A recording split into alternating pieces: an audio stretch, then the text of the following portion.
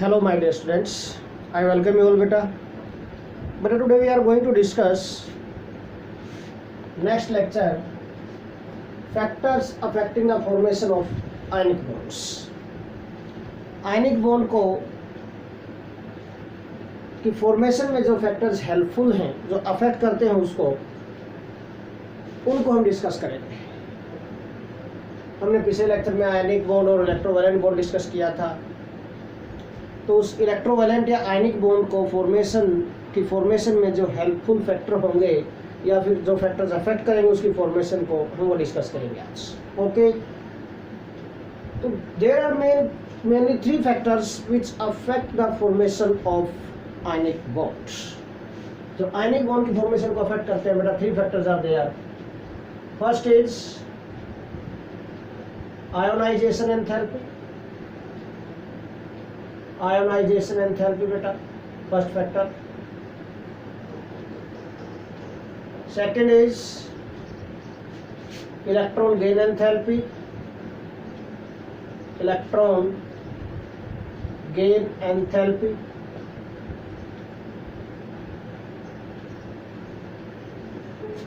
And third factor is beta lattice enthalpy. Third is lattice enthalpy. So these three factors are there which affect the formation of ionic bond. Electron ionization enthalpy is represented by delta Hi. Electron gain enthalpy is represented by delta Heg. But lattice enthalpy is represented by delta H lattice. Lattice लिखा जाएगा subscript में। Okay, these are the symbols of ionization enthalpy, electron gain enthalpy, and lattice enthalpy. Now discuss these one by one how they affect the formation of ionic bond. First factor beta we are going to discuss now, ionization enthalpy. पहले इसी को discuss करते हैं। पिछले chapter में बेटा हमने इनकी डेफिनेशन, इनके फैक्टर्स फैक्टर डिस्कस किए थे। तो आयनाइजेशन एंथैल्पी की डेफिनेशन एक बार रिमाइंड करवा देता हूँ आपको, बार बार लिखने की जरूरत तो नहीं है शायद इसकी। आयनाइजेशन एंथैल्पी होती क्या बेटा? The minimum amount of energy required to remove most loosely bound electron from an isolated gaseous atom. किसी भी आइसोलेटेड गैसियस एटम के मोस्ट लूजली बाउंड इलेक्ट्रॉन को रिमूव करने के लिए जो मिनिमम अमाउंट ऑफ एनर्जी चाहिए, दैट इज कॉल्ड बेटा ionisation enthalpy. Energy is required, तो ionization enthalpy is always considered as positive, बताया गया आपको पहले भी। ओके, तो अब हमें आयनिक बॉन्ड बनाना है। आयनिक बॉन्ड को कैसे अफेक्ट करेगा ये बेटा? आयनिक बॉन्ड किसके बीच में प्रेजेंट होता है? Between different types of ions, between oppositely charged ions. One is cation, another is anion. Okay, cation कौन सा? पॉजिटिवली चार्ज्ड आयन होता है। Anion is negatively charged ion होता है बेटा। ओके, नाउ अब आयनाइजेशन एंथैल्पी क्या करेगा? आयनाइजेशन एंथैल्पी में क्या है कि भाई जितनी लेस होगी आयनाइजेशन एंथैल्पी उतना इजीली इलेक्ट्रॉन रिमूव होगा। Amount of energy required to remove most loosely bound electron. Okay, mean lesser the ionization enthalpy, more easily the outermost electron is to be removed. Mean tendency to remove electron more होगी। और जितने ज़्यादा chances होंगे electron को remove करने के, उतने ज़्यादा चांसेस होंगे उस एटम के कैटायन में कन्वर्ट होने के, पॉजिटिवली चार्ज्ड आयन में कन्वर्ट होने के चांसेस ज़्यादा होंगे। ओके, और अगर chances to form cation more होंगे उस पर्टिकुलर एटम के बेटा, then more will be chances to form ionic bond. Simple सा पॉइंट, बिल्कुल सीधी सीधी बात बता दी मैंने आपको। ओके, इसको घुमा फिरा के चाहिए घंटे तक बोलते रहें, बट कंक्लूजन वही आना है क्या कि भाई ionization enthalpy formation of ionic bond को कैसे अफेक्ट करेगी बेटा? कैसे अफेक्ट करेगी? अब आयनाइजेशन एंथैल्पी जितनी लेसर होगी, इसका मतलब उतने ज़्यादा चांसेस होंगे इलेक्ट्रॉन रिमूव होने के। सो टेंडेंसी टू रिमूव इलेक्ट्रॉन और चांसेस टू रिमूव इलेक्ट्रॉन किस पे डिपेंड करेंगे? आयनाइजेशन एंथैल्पी और कैसा रिलेशन? इनवर्सली प्रोपोर्शनल है। More the ionization enthalpy, lesser the chances to remove outermost electron, और lesser the ionization enthalpy, more the chances to remove this outermost electron बेटा। और we mean मैं ionisation enthalpy के साथ relation बना रहा हूँ। अगर आयनाइजेशन एंथैल्पी मिनिमम है तो chances to remove, chances to lose outermost electron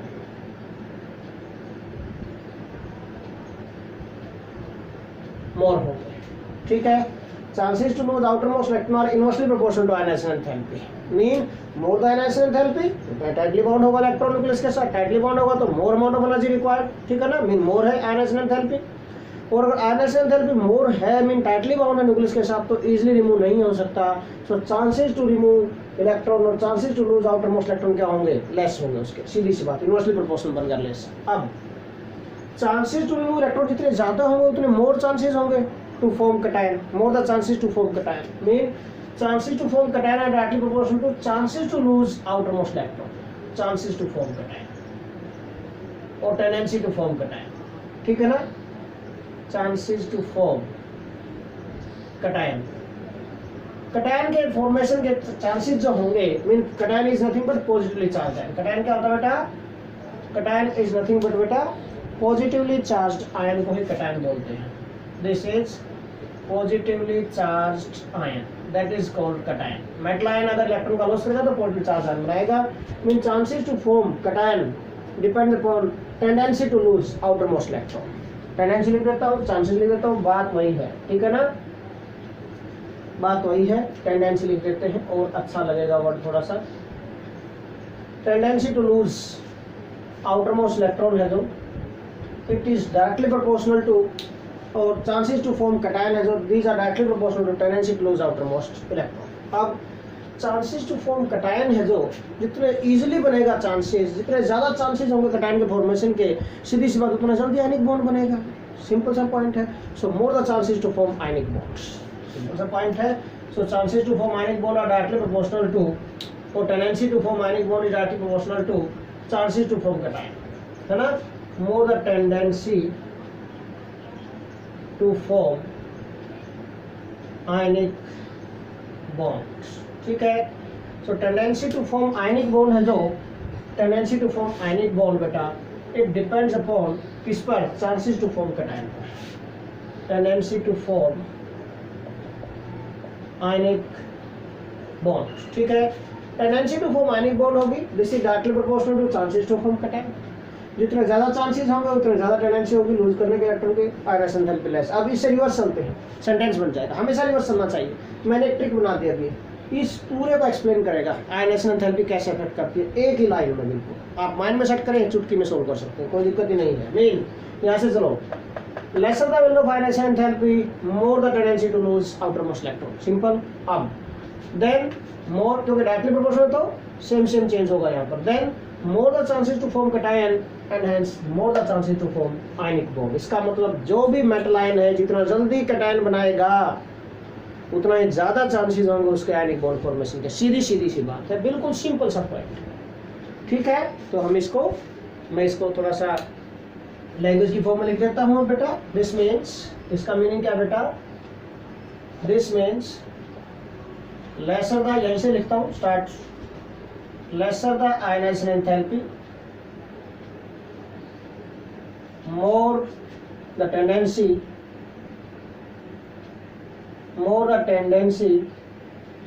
to lose electron or outermost electron,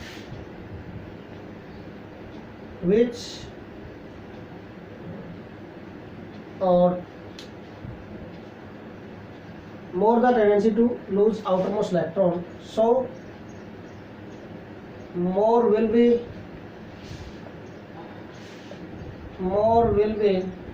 chances, जितने जल्दी इलेक्ट्रॉन लूज करने के चांसेस होंगे, जितने ज़्यादा टेंडेंसी ऑफ इलेक्ट्रॉन लूज करने की, more will be chances to form cation, chances to form cation and hence more the chances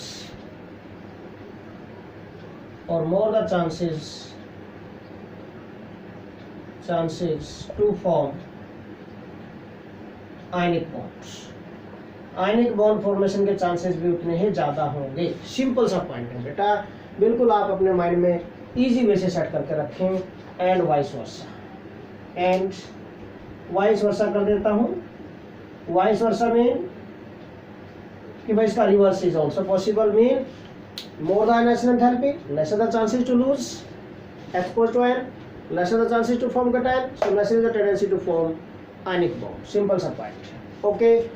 तो आयनाइजेशन एंथैल्पी क्या होनी चाहिए, शुड लो, ज़्यादा चांसेस हैं फॉर्मेशन के बनाने हैं, अगर chances to form ionic bond ज़्यादा होंगे कब, when ionization enthalpy is less. So ionization conclusion क्या है यहाँ पर बेटा, ionization enthalpy should low. Conclusion लिख रहा हूँ मैं यहाँ पर कि आयनाइजेशन एंथैल्पी क्या होनी चाहिए, शुड लो, ये लो होनी चाहिए। ठीक है, फर्स्ट पॉइंट आ गया, कंक्लूजन आ गया कि delta H I mean ionization enthalpy should low, उस पर्टिकुलर एटम की आयनाइजेशन एंथैल्पी लो होनी चाहिए, लेसर वैल्यू होगी तो मोर चांसेस होंगे आयनिक बॉन्ड फॉर्मेशन की। Now second factor we are going to discuss बेटा, second factor now, second factor is बेटा electron gain enthalpy. Second factor is बेटा electron gain enthalpy, electron gain enthalpy. पिछले chapter में discuss किया था ये भी बेटा, electron gain enthalpy is nothing but reverse of ionization enthalpy होता है बेटा, उसमें लूज करते हैं, यहाँ पर गेन करना है इलेक्ट्रॉन। ओके, यहाँ पर गेन करना है इलेक्ट्रॉन को बेटा। तो भाई इलेक्ट्रॉन गेन एंथैल्पी कैसे डिफाइन कर सकते हैं इलेक्ट्रॉन गेन एंथैल्पी को बेटा, कि भाई द एनर्जी चेंज यहाँ रिलीज भी हो सकती है, जो भी हो सकती है, सारे एक्सेप्शन जो भी हैं वो पॉसिबल हम थर्ड चैप्टर में डिस्कस कर चुके हैं बेटा, क्लासिफिकेशन ऑफ एलिमेंट्स में। ओके, अब हमें जो डिस्कस करना है यहाँ पर, इसका इफेक्ट डिस्कस करना है कि ये electron gain enthalpy formation of ionic bond को कैसे अफेक्ट करती है, बस इतना डिस्कस करना है इसमें, जैसे इसमें किया। ओके, अब इसकी डेफिनेशन एक बार रिपीट कर देता हूँ, क्या होगा बेटा, द एनर्जी चेंज कब, when an extra electron is added to outermost cell of an isolated gaseous atom। कोई भी आइसोलेटेड गैसियस एटम है, उसके आउटरमोस्ट सेल में एक्स्ट्रा इलेक्ट्रॉन ऐड करेंगे, उस टाइम पर जो एनर्जी चेंज होगा, generally in most of the cases energy is released. So delta H का साइन, डेल्टा एच ईजी है जो इलेक्ट्रॉन गेन एंथैल्पी का साइन नेगेटिव होता है इन 99.9% केसेस, एक्सेप्शंस एक्स को छोड़कर, बाकी सब में इलेक्ट्रॉन गेन एंथैल्पी का साइन क्या होगा, नेगेटिव होगा। Delta H is considered as negative क्योंकि most of the cases energy release होगी। अब यहाँ पर कोई भी मेटल आयन है, सॉरी कोई भी एटम है, अगर वो एटम इलेक्ट्रॉन का गेन करता है तो एनर्जी इज रिलीज्ड, एनायन में कन्वर्ट होगा। तो यहाँ पर ये कंसीडर करना है आपको यहाँ पर। ओके बेटा, अब भाई जितना जल्दी, मैंने एक आइडिया बताया था आपको, जनरल आइडिया बताया था कि more easily the electron, extra electron enter in the outermost cell, more is the amount of energy released and hence more negative is the electron gain enthalpy। अब इसका मतलब क्या है कि इलेक्ट्रॉन गेन एंथैल्पी की वैल्यू जितनी ज्यादा negative होगी, more negative the electron gain enthalpy बेटा, more the chances of an atom to attract electron और टू गेन इलेक्ट्रॉन। इलेक्ट्रॉन को गेन करने के चांसेस उसके क्या होंगे, उतने ज्यादा होंगे। तो chances to gain electron are directly proportional to, किसके डायरेक्टली प्रोपोर्शनल हो जाएंगे बेटा, इलेक्ट्रॉन गेन एंथैल्पी के। मीन यहाँ पर इसी वे से मैं आपको पॉइंट बताता हूँ, चांसेस टू गेन इलेक्ट्रॉन, ठीक है ना, चांसेस टू गेन इलेक्ट्रॉन और we can say tendency to gain electron क्या होगी, tendency to gain electron is directly proportional to electron gain enthalpy. Mean more negative है electron gain enthalpy, then more will be chances to gain electron और more will be tendency to gain electron. और इतने ज्यादा chances होंगे electron gain करने के, उतने ज्यादा चांसेस होंगे क्या, टू फॉर्म एनायन। तो चांसेस टू फॉर्म एनायन जो होंगे, chances to form anion, chances to form anion, this depends upon बेटा टेंडेंसी टू गेन। जितना ज्यादा चांसेस होंगे इलेक्ट्रॉन गेन करने के, उतने ज्यादा चांसेस होंगे एनायन फॉर्मेशन के। एनायन इज नथिंग बट बेटा नेगेटिवली चार्ज्ड आयन। एनायन क्या होता है बेटा, नेगेटिवली चार्ज्ड आयन। तो नेगेटिवली चार्ज्ड आयन होता है बेटा, इसको हम बेटा एनायन बोलते हैं। And chances to form anion ज्यादा है तो बेटा सिंपल सा पॉइंट है, then more will be tendency to form ionic bond. So tendency to form ionic bonds again is directly proportional to chances to form anion। यहाँ तक same. उसके बाद चांसेस टू फॉर्म एनायन किसके directly proportional होंगे, chances to lose और sorry chances to gain electron. और chances to gain electron, electron gain enthalpy के साथ क्या रिलेशन होगा, जितनी ज्यादा इलेक्ट्रॉन गेन एंथैल्पी होगी, more the chances to gain electron, more the chances to form anion and hence more the tendency to form ionic bond. तो conclusion क्या आया कि जितनी ज्यादा नेगेटिव होंगे उतने ज्यादा चांसेस होंगे आयनिक बॉन्ड फॉर्मेशन के एंड वाइस वर्सा। तो इसके लिए भी पॉइंट देते हैं, दिस मींस दैट बेटा, इसका मीनिंग क्या है This means that beta more negative the electron gain enthalpy, more negative the electron gain enthalpy beta, more will be tendency of an atom to gain electron को gain करने tendency ज्यादा होगी उसकी, and hence more the chances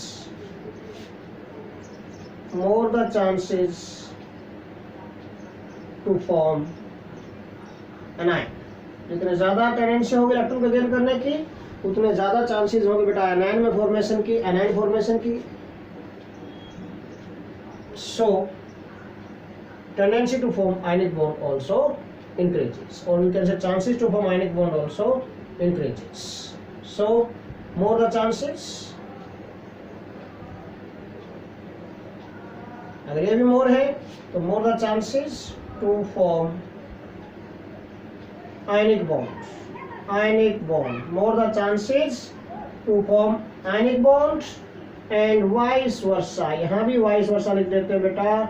Vice versa mean reverse is also possible. mean अगर less negative होगी electron gain enthalpy तो lesser tendency होगी बेटा, lesser the tendency किसकी, lesser the tendency to gain electron, and hence lesser the chances to form anion, lesser the chances to form ionic bond. बेटा इसको थोड़ा सा cut गया नीचे से, दोबारा लिखना पड़ेगा यहाँ पर.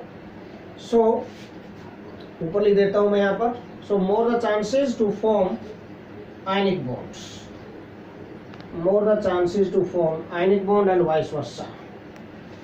More the chances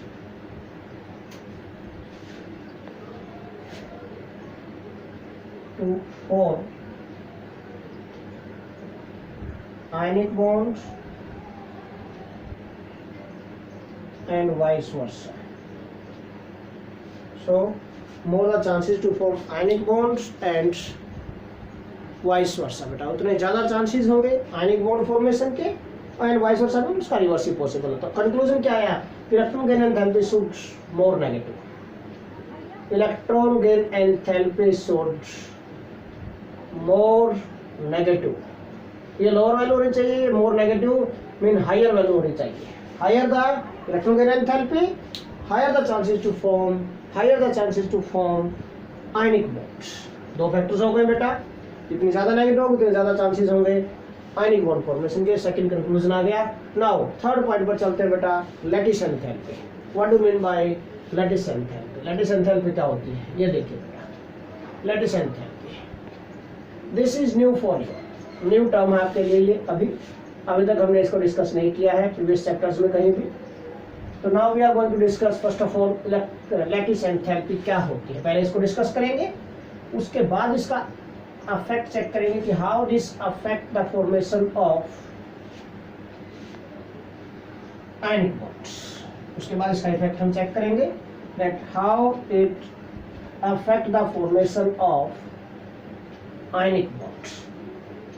ionic bond के फॉर्मेशन को कैसे अफेक्ट करेगी ये हम चेक करेंगे. उसके बाद पहले इसकी definition, what do mean by lattice enthalpy. Third term है तो थर्ड फैक्टर है बेटा यहाँ पर लैटिस एंथैल्पी. लैटिस एंथैल्पी क्या होती है? लैटिस एंथैल्पी डिस्कस करना है. Delta H lattice, this lattice enthalpy. भाई अभी तक क्या हुआ है, कटायन बन चुका है, अनायन बन चुका है. This is suppose any cation and this is any अनायन. Cation और अनायन कन्वर्ट हो चुके हैं. मेटल एटम ने इलेक्ट्रॉन का लॉस किया तो कटायन में कन्वर्ट हो गया, किसी एटम ने इलेक्ट्रॉन का गेन किया तो अनायन में कन्वर्ट हो गया. Cations and anions are formed up to this time. Okay, now beta, when these oppositively charged ions, required number of oppositively charged ions combine with each other, then 1 mole of ionic compound is formed. During the formation of this ionic compound, the energy is released. This energy released is called beta lattice enthalpy. So what happens? ये दोनों ion एक दूसरे को attract करेंगे, then A positive B negative, this solid substance is form, ये solid बनेगा, that is ionic compound, ये बन जाएगा यहाँ। सिंपल सा पॉइंट है। अब बेटा इस क्रिस्टल लैटिस को बनने में जब ये बनता है तो स्ट्रॉन्ग इंटर आयनिक फोर्सेस अट्रैक्शन आते हैं। बॉन्ड बन रहा है मतलब यहाँ पर बॉन्ड बनता है तो एनर्जी रिलीज होती है हमेशा, ध्यान रखना। अब ये सपोज बॉन्ड है, इसको ब्रेक करूंगा, देखो मुझे एनर्जी अप्लाई करनी पड़ेगी, और फॉर्मेशन क्या है इसका, रिवर्स है। अगर ब्रेक करने में एनर्जी हमें अप्लाई करनी पड़ती है तो इसका मतलब फॉर्मेशन में क्या होगा, एनर्जी रिलीज होगी, रिवर्स प्रोसेस, सिंपल सी बात है। इसलिए बेटा क्या डेफिनेशन बनेगी यहाँ पर, द एनर्जी रिलीज्ड कब, when required number of positively charged ions, mean cation and anion, required number of cation and anion combine with each other to form 1 mole of ionic compounds. 1 mole of ionic compounds. बेटा 1 mole ionic compound formation के लिए जब required number of ions combine करते हैं, cation और anion combine करेंगे, उस time पर जो एनर्जी रिलीज होगी उसको हम बेटा क्या बोलते हैं, is called lattice enthalpy. That energy is called बेटा लैटिस एंथैल्पी। सिंपल सी बात है बिल्कुल। तो लैटिस एंथैल्पी जब 1 मोल ऑफ आयनिक कंपाउंड बनेगा from the required number of ions, at that time energy release is called lattice enthalpy. Simple सा point है। अब भाई लैटिस एंथैल्पी, अब ये कटायन है, दूसरा एनायन है। लैटिस एंथैल्पी को कौन से फैक्टर्स इफेक्ट करेंगे, पहले ये डिस्कस करना पड़ेगा हमें, उसके बाद हम इसका इफेक्ट चेक करेंगे ऑन आयनिक बॉन्ड। सिंपल सा पॉइंट। ओके, अब एक और पॉइंट, सीधी सी बात है, पहले ये बता देता हूँ बेटा, इसका मतलब क्या, more the amount of energy released, more stronger is the bond formed and hence more the chances to form ionic compound। Simple सी बात है, जितना स्ट्रॉन्ग बॉन्ड बनेगा कंपाउंड के फॉर्मेशन के चांसेस भी ज्यादा होंगे। सिंपल सी बात है। तो formation of ionic compounds depends upon किस पर बेटा, amount of lattice enthalpy released, amount of lattice और directly proportional to lattice enthalpy.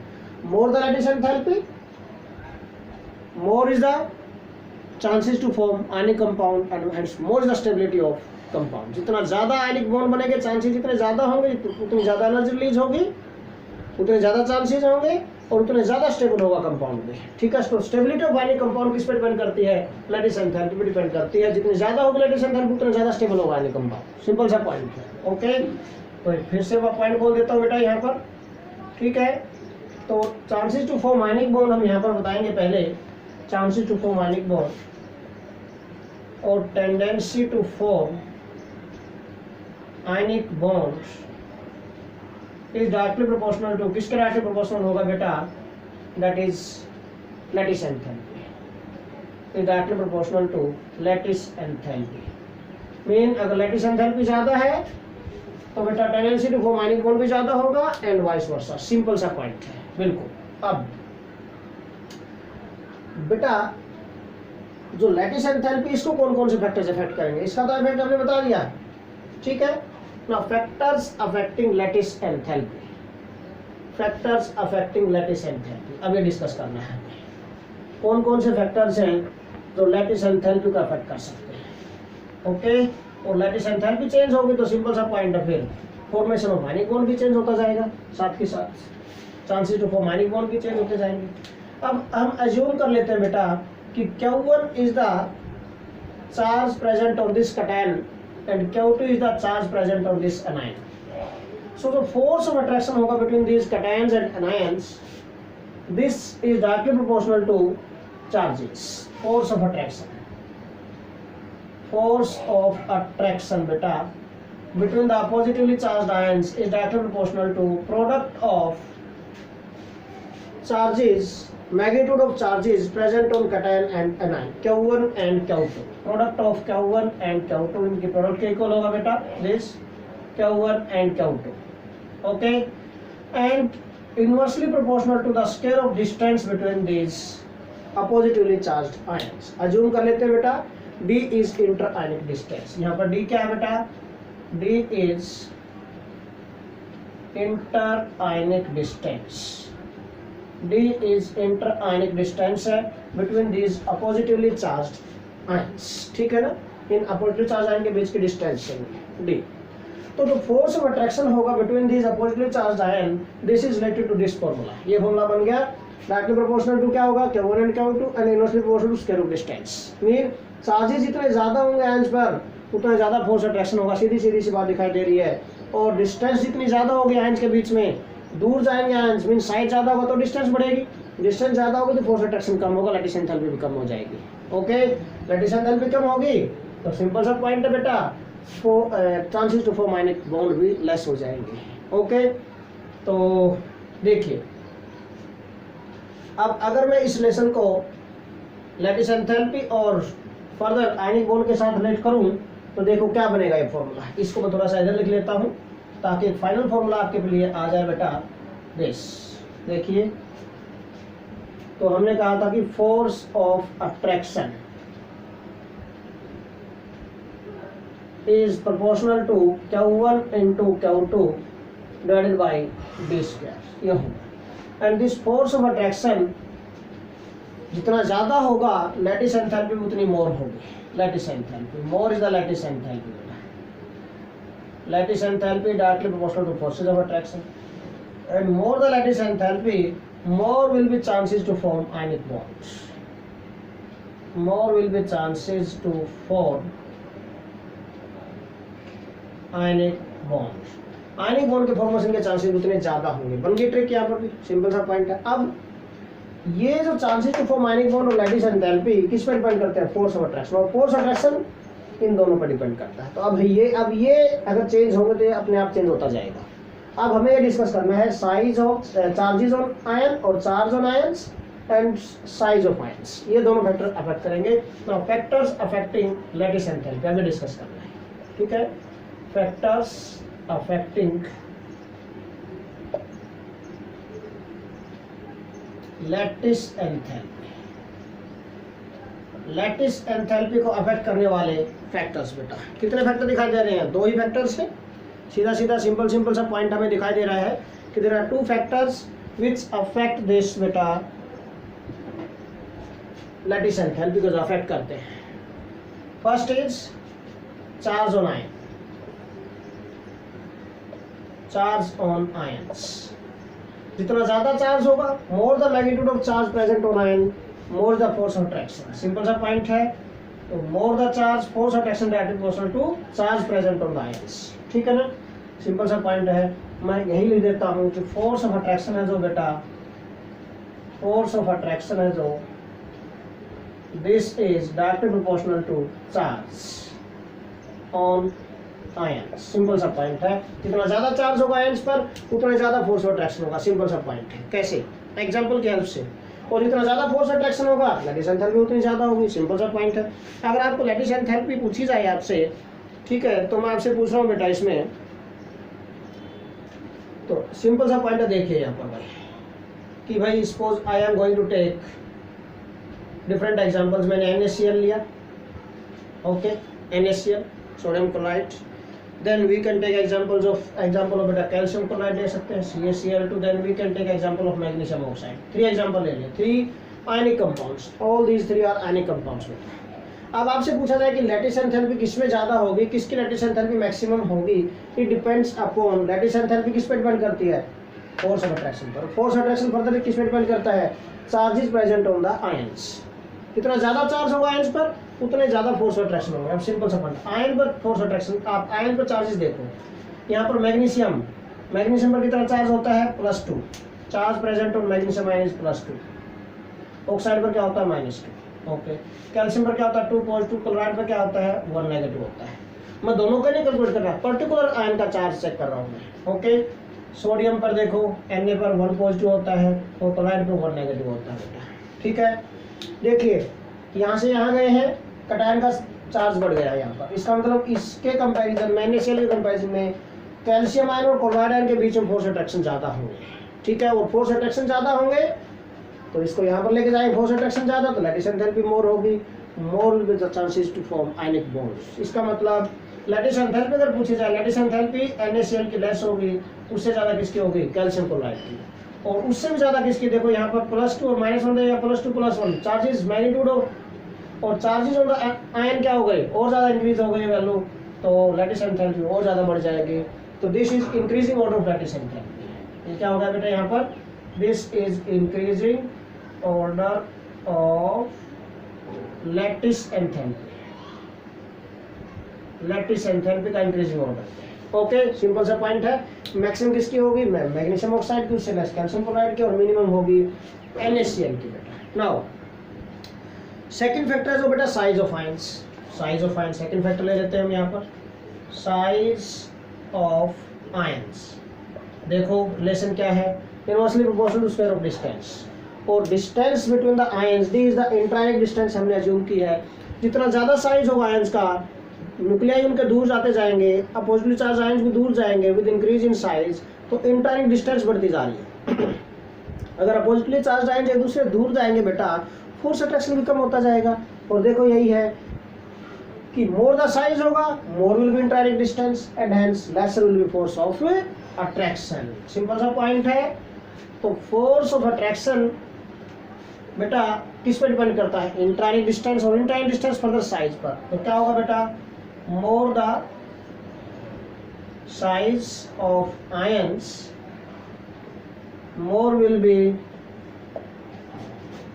इंट्राइनिक distance, more will be inter-ionic distance, inter-ionic distance ज़्यादा होगी and hence lesser will be the forces of attraction, forces of attraction between oppositively charged ions, oppositively charged ions। जो oppositively charged ions है बेटा, उनके बीच में force of attraction भी क्या हो जाएंगे, लेस हो जाएंगे। सिंपल सा पॉइंट है। ओके, और अगर फोर्स अट्रैक्शन लेस होगा तो बेटा लैटिस एंथैल्पी लेस होगी, लैटिस एंथैल्पी डिक्रीज हो जाएगी, chances to form ionic bond भी डिक्रीज हो जाएंगे। ओके, अब अगर हमें यहाँ पर एग्जांपल चेक करना है, यहाँ पर डिस्कस करना है कि भाई साइज जिस आयन का ज़्यादा होगा, जिस केस में लैटिस एंथैल्पी लेस होगी, inversely proportional, more the size more the ionic distance होगी, इंट्रायनिक डिस्टेंस ज़्यादा होगी, फोर्स अट्रैक्शन कम होगा, लैटिस एंथैल्पी कम होगी। तो अगर साइज ज़्यादा है तो लैटिस एंथैल्पी कम होगी। देखो यहाँ पर एग्जांपल ले रहा हूँ, फॉर एग्जांपल बेटा, इसके लिए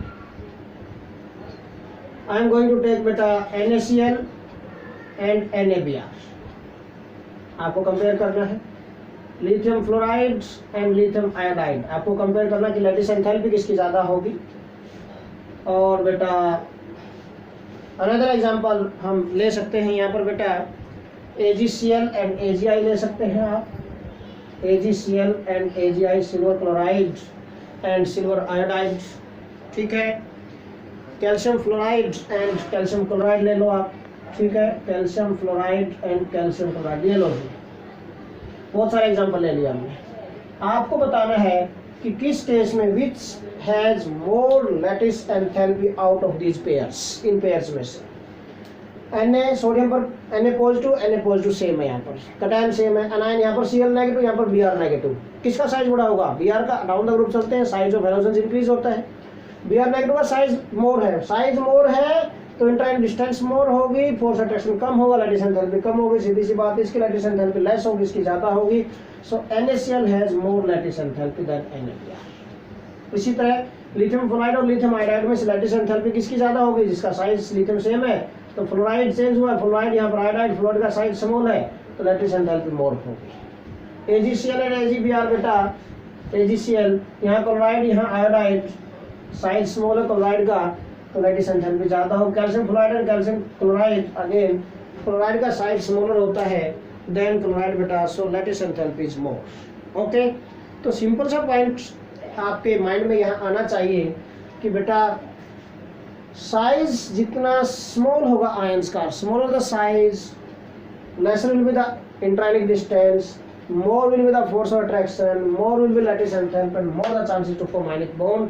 इसका मतलब कंक्लूजन है लैटिस एंथैल्पी कैसे होनी चाहिए, लैटिस एंथैल्पी शुड हाई, ये हाई होनी चाहिए, लैटिस एंथैल्पी शुड हाई, ये भी हाई होनी चाहिए। इसकी वैल्यू क्या होती है नेगेटिव, इसकी वैल्यू क्या होती है बेटा पॉजिटिव होती है, और इलेक्ट्रॉन गैन एंथैल्पी क्या होती है नेगेटिव होती है। देखना आप नेट कंक्लूजन क्या आएगा, नेट कंक्लूजन क्या आएगा बेटा, नेट इफेक्ट। नेट इफेक्ट अब मैं बता रहा हूँ आपको कि नेट इफेक्ट क्या होगा over the formation of ionic bond as well as on the stability of ionic compounds. Stability of ionic compound depends upon बेटा chances to form ionic bond, सीधा सा बात, सीधी सी बात है, सिंपल सा पॉइंट है। जितने ज्यादा चांसेस होंगे आयनिक बॉन्ड फॉर्मेशन के उतनी ज्यादा स्टेबिलिटी होगी, more the energy release होगी, more amount of energy is released, more the chances to form ionic bond, hence more will be the stability. Okay, simple सा point है। तो stability of ionic compounds, ionic compounds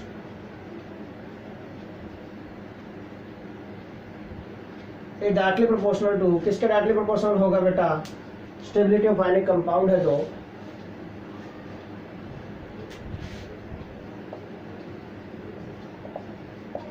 stability of ionic compounds is directly proportional to chances to form ionic bonds, chances to form ionic bonds।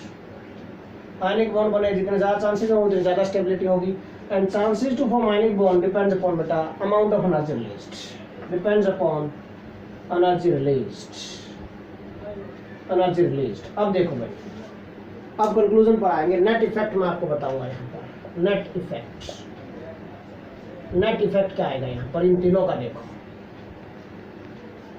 Energy release is always considered as negative, ध्यान रखना। तो जितनी ज्यादा negative net effect, जितना ज्यादा negative आएगा इनका तीनों का, मोर नेगेटिव होगी value, mean more amount of negative sign. यहाँ पर क्या इंडिकेट करता है, negative sign indicates energy is released, simple सा पॉइंट है। ओके, अब बेटा आयरन एंथैल्पी पॉजिटिव है वैल्यूज, इलेक्ट्रॉन गैन एंथैल्पी की नेगेटिव है, लैटिस एंथैल्पी की भी नेगेटिव है। अब नेट इफेक्ट क्या जाएगा बेटा यहाँ पर, इफ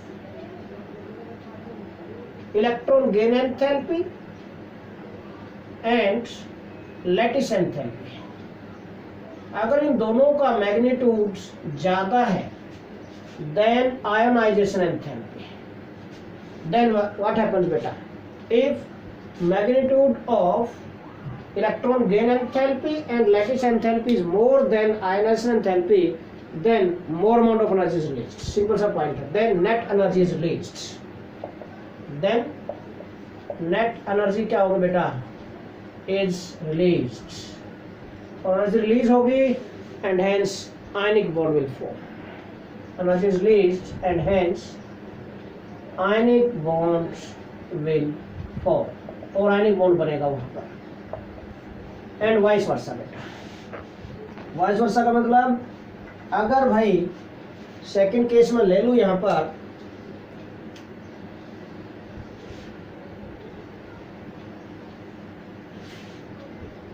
इफ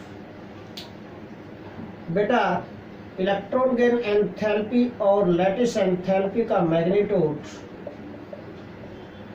लेस हो जाए देन आयनाइजेशन एंथैल्पी, देन क्या होगा, then net energy क्या होगा बेटा, net energy is absorbed, net energy is absorbed, और एनर्जी एब्जॉर्ब होगी तो बॉन्ड, जब बॉन्ड बनता है तो एनर्जी रिलीज होती है ना। तो यहाँ पर क्या है, net energy release and hence ionic bond will form, energy absorb हुई तो ionic bond will not form, simple सा पॉइंट है। Okay, so ionic bond will not form, ऐसे केस में आयनिक बॉन्ड नहीं बनेगा भाई। ओके, आयनिक बॉन्ड बनेगा नहीं, ठीक है। बट इसके साथ साथ हम यहाँ पर बता रहे थे कि भाई एनर्जी रिलीज होगी तो आयनिक बॉन्ड बनेगा। अब बेटा एनर्जी रिलीज और आयनिक बॉन्ड फॉर्मेशन का चांस डायरेक्टली प्रोपोर्शनल होगा, more the amount of energy release more the chances to form ionic bond and hence more will be the stability of compound. तो हमेशा ध्यान रखना कि जिस केस में जिस आयनिक कंपाउंड की लैटिस एंथैल्पी ज्यादा होगी वो मोस्ट स्टेबल आयनिक कंपाउंड है। and vice versa.